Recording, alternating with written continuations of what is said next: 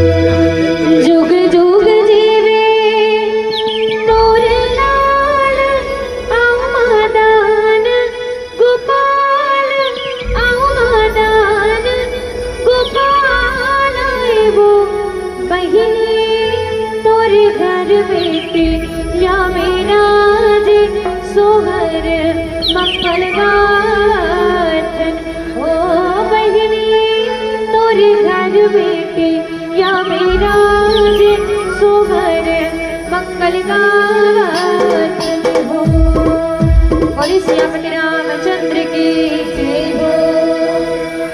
जुग जुग जीवे तोर लाल आमादान गोपाल आमादान गोपाल वो बहिनी तोर घर बेटी या मेरा जे सोहर मंगल गाथन हो। बहिनी तोर घर बेटी या मेरा जे सोहर मंगल गाथन हो। जुग जीवे तोर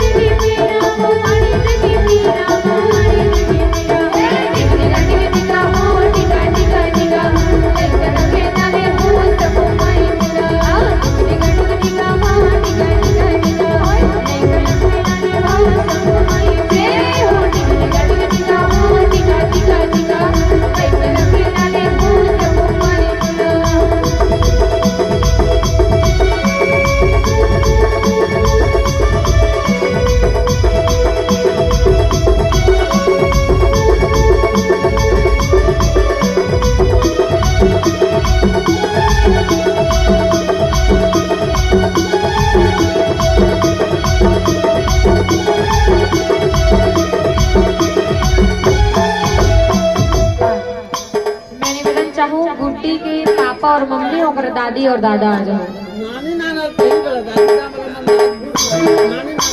नानी नाना ओकर नानी और नाना आ जाओ। नाना आ गए। नानी कहाँ है? ओकर नानी कहाँ है जी? आवाज है। चलिए ओकर नाना पर एक बार जोरदार ताली बजाओ। और कहना चाहोगा गुड्डी की नाना का झुलना झुलाही। गुड्डी की नाना का झुलना झुलाही। सबके मनानी भलानी सुनाही। सबके मनानी भलानी सुनाही।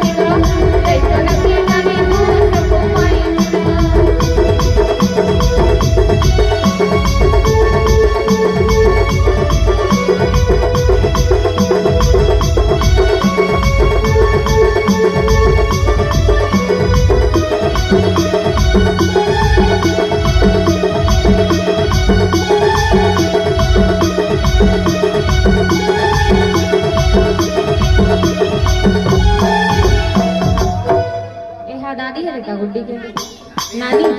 हाँ चलिए और क्या गुड्डी की नानी